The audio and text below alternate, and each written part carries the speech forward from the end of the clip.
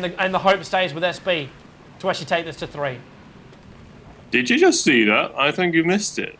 Alchemist used his chemical rage, his transformation skill, to cancel the stun on himself. So he didn't get stunned, it was just the animation was shown. That was absolutely amazing. Great stun. I was wondering why it didn't go through. I just thought maybe it would. I don't even know. But now we know. There you go. Something to learn for a rainy day. He's actually going to go into Roshan. Buying up. What are we going to complete? Perseverance? Vanguard. Vanguard is up. HY pushing the bottom lane. Looks like we've got a Mithril Hammer as well as an Ogre Axe on top of him. And still 1,000 gold inside the bank. VS running around with boots. Morphling, what's he managed to get up? Perseverance so far. So looking to go the standard Morphling build with Lincolns. Then the Blade will come out a little bit later. ES still has to complete up that Blink Dagger. He was pretty high in the money early on in the game. I think a couple of kills will put him back there, so he decided to go for a Bracer and the Arcane boost to give everyone even more mana. 2,500 gold on that Necrolite though. Yamatar is really working through those creeps fast. And I still actually put that question out, which I think I put out about 15 minutes ago. What item build would Necrolite go? Obviously, he's got enough support to keep his team alive with the Death Pulse and Mech.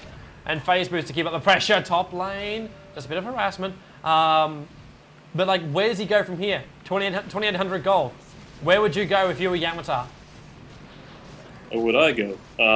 Maybe 28. Whoa, that's quite a lot. So he might actually pick up an ultimate orb and try to go for fast cheap, because his farm is very, very good currently. He might go for a.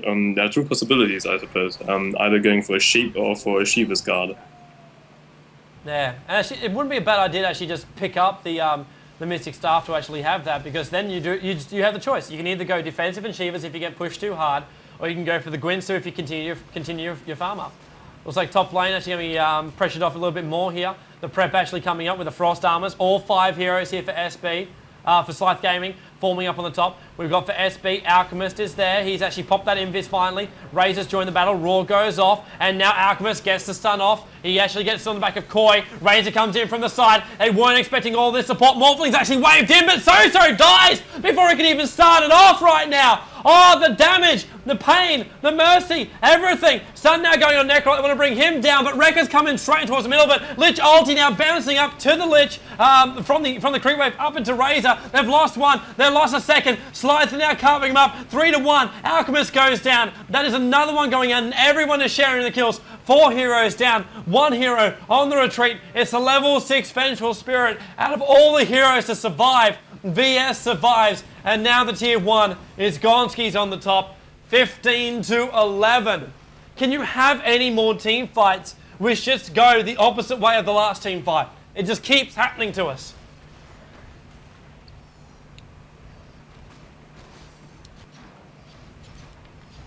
BKB also completed here on SF. Lich. I don't think SF popped his ulti in that fight, did he? Cooldown. Every ulti bar SF's was popped. Yeah. Every ulti bar. That's actually quite amazing he managed to hold on to it for so long. Didn't even need to use it in the end, and they still won the fight with 4-0. Didn't lose a single hero. Yep, Necrolite going for sheep. Yeah, well, it's going your way, so let's go aggressive. Ultimate orb on top of him. So now actually moving themselves down. 20-minute rune. They were hoping for the top. It spawned on the bottom instead. Looks like Razor VS and Alchemist back in the middle lane. ES actually looking to actually make a bit of a move here. SF going to come up, and off goes the Fissure. Doesn't catch anybody. They're hoping for a bit of a blind stun, but the heroes did actually move back there, so no luck with the ES Fissure. Lich is actually almost burning to death there. If it wasn't for the Mech and Death Pulse, he possibly could have actually burnt himself to death. With Ogre having a bit of fun from the high ground. Very, very low mana for Ogre as well. He's got six charges on the wand just in case of a rainy day. As Razor just demolishes the creep wave. Bit of an overload to actually do it. And maybe for the first time, Roshan. Nope, they're just going to move themselves back out with still free farming in that bottom lane. Yamatar's down there, 2,300 gold. He's already managed to farm up the 1,000 gold, which was missing about maybe 2 minutes ago. Back up to his 2,500 he had before. So really, really working up on all the farms, the lanes as well as getting kills. It's looking good for the Singaporeans.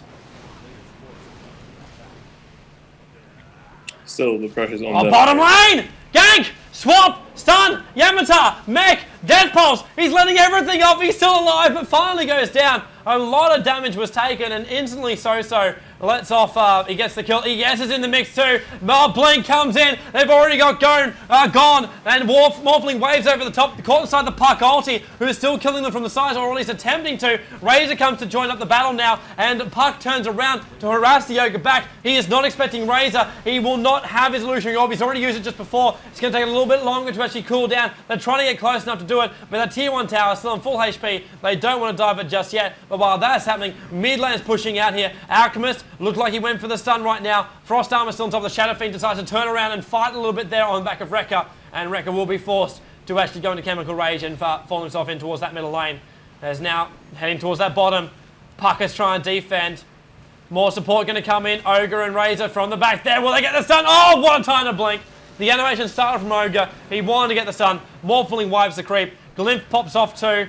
Puck is heading back down.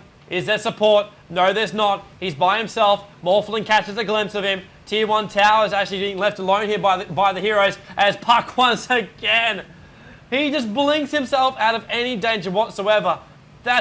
Sharky, you have just proved to me your Puck is legend. Just the timing on the phase shifts as well as blinks. It's been perfect to avoid death so many times during this game already, Slash. Yeah, that has been very, very good play. Very, very impressive. And just that mindset too, just to know to keep eyes on the other heroes and then to blink onto another side of the screen, which you can only really do from the mini-map, I think. Like the ability to actually keep eyes on heroes, you can't blink in the opposite direction because you can't click on the screen, you're clicking on a mini-map. As Alchemist comes in, he wants to stun, he's going to go on Lich. Necrolite turns around, he still has the mech charge, he's already used his Death Pulse, there goes the mech charge now. And Puck wants to have a go at Rekka on the DD and blinks out just as the blade is even swinging at him. He decides to blink out of there.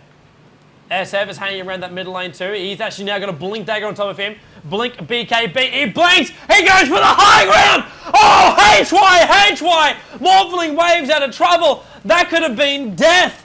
That could have been death in all forms of the word. He used the blink in to get the right position off, and then basically So walked right into it, not seeing on the high ground vision, and copped the full brunt of the ulti.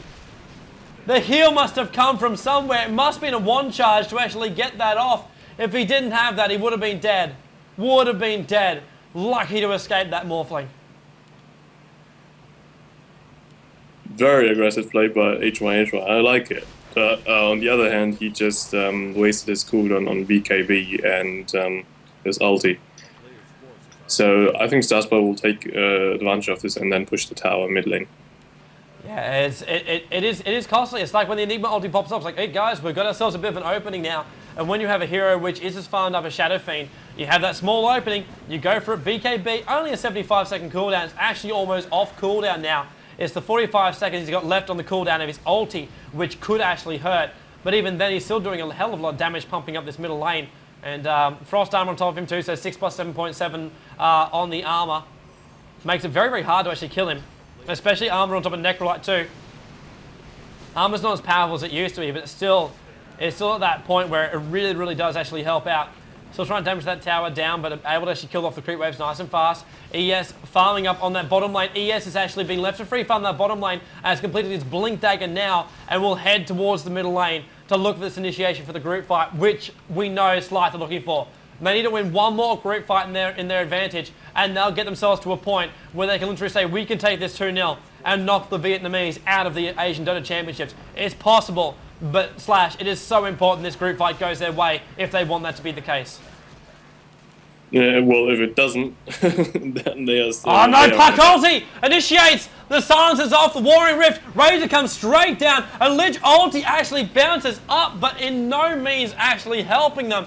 One bounce from the Alchemist up to Razor, and then just dissipates. 16-13, Lich ulti is down now, and Sycthe are falling back. That was not how they wanted that to actually initiate. And now Lincoln's on Morphling too. Oh, that was very, very nasty. That was nasty. Puck ultis and cooldown, Lich ultis and cooldown. It's like Morphling and VS there on the bottom lane. ES was thinking about having a go with it. but very, very wisely thought against it with Alchemist now running himself down. Just past a stick shot towards the Roshan front of house. Obviously looking to get the front row seats for the next group fight. 16-13 is still the count right now, and now like Sycthe have to buy time. Like the cooldowns, they got to wait for them to come off. They got to wait for that time to push in again and get that initiation off, because they know they can't make a mistake, but they know they got to keep farming too. They can't just move themselves around the lanes. And there looks like Gwynsu's completed 26 minutes there on Necrolite as well. They just need the initiation to work from it. If it doesn't, SB are literally going to pick the pieces off their corpse.